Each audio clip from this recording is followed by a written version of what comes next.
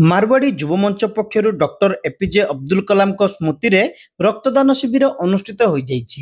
मोतीगंज स्थित राजस्थान भवन ठारे आयोजित यह रक्तदान शिविर को सरकारी दलर उपमुख्य सचेतक तथा रेमुणा विधायक गोविंद चंद्र दास और सदर विधायक मानस दत्त अतिथि भाव जोगदे उद्घाटन करथिले।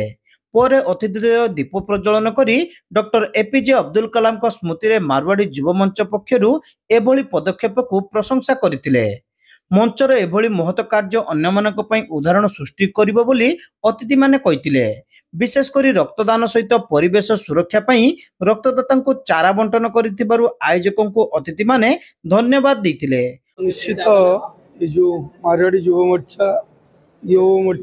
जो ब्लड डोनेशन कैंप करछु ब्लड दान एक महत दान ब्लड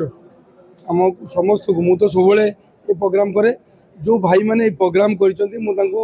धन्यवाद दउछु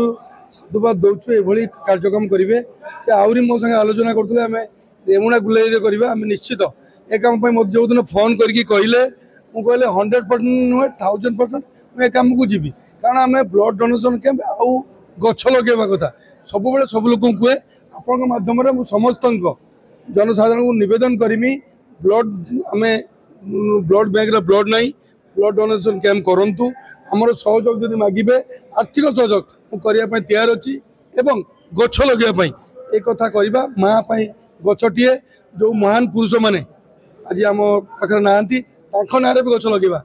जदि आमे 500 कारगिल दिवस गला 527 कारगिल जो शहीद होती भाई मान ना भी आम कर तेणु मुझे समस्त को आपण माध्यम गणमाध्यम माध्यम अनुरोध करी ब्लड डोनेशन कैंप हो गछ लगा काम हो समस्त कर समस्त धन्यवाद। निश्चित निश्चित जो मैंने महान राष्ट्र पुरुष जो मैंने राष्ट्र काम कर सम्मान करवा मन पकेबा भल कथा लोक मान जनइबा। देखु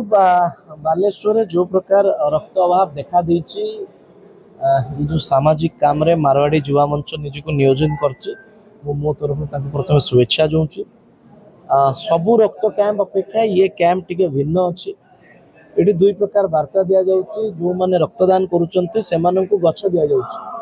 कि गछ लगांतु और परिवेश बंचांतु ए प्रकार भी पुरे वार्ता अछि। आ जो माने रक्त दउचंती सेमानन माने हेल्थ इंश्योरेंस मध्ये करूचंती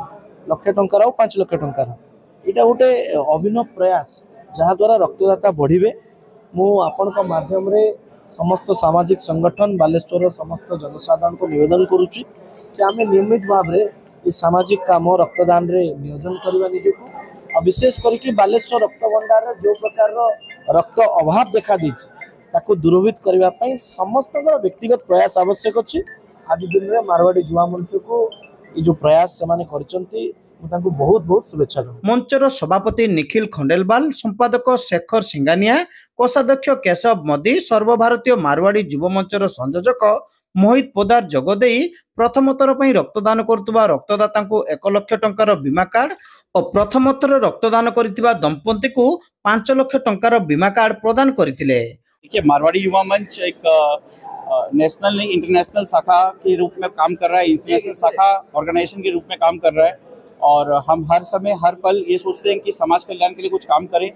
ब्लड कैंप जरूर हर संस्था हर शाखाएं कर रही हैं, बहुत ऑर्गेनाइजेशन कर रही हैं, बट हम एक उद्देश्य के साथ चल रहे थे कि ब्लड कैंप तो करवाएं, साथ में हम पर्यावरण के लिए सभी डोनर्स को एक सैपलिंग्स दें, एक पौधा दें जो वो लगाए, पर्यावरण सुधरे। और इसके साथ ही हम हर डोनर्स का ख्याल रखते हुए 1 लाख का इंश्योरेंस और जो डोनर्स पहली बार दे रहा है उनको हम 5 लाख का इंश्योरेंस, कपल डोनर को 5 लाख का इंश्योरेंस दे रहे हैं ताकि वो एक मोटिवेशन आए कि अगर हम समाज के लिए कुछ कर रहे हैं तो समाज भी हमारे लिए कुछ कर रहा है। इस सोच इस उद्देश्य के साथ में मारवाड़ी युवा मंच हर पल तैयार है। कोई भी समाज कल्याण काम करने के लिए हम तत्पर खड़े हैं, सेवा करते आ रहे हैं, आगे भी करेंगे। धन्यवाद। अन्य मानक मध्य महेंद्र साहा, सुशील जालान, नाभाल अग्रवाल, गोपी खंडेलवाल, रोहित अग्रवाल, पारस शर्मा, अंकित खंडेलवाल, आशीष खंडेलवाल, अनुराग खंडेलवाल समेत मंचर अन्य सदस्य माने एही रक्तदान शिविर परिचालन रे सक्रिय सहयोग करथिले।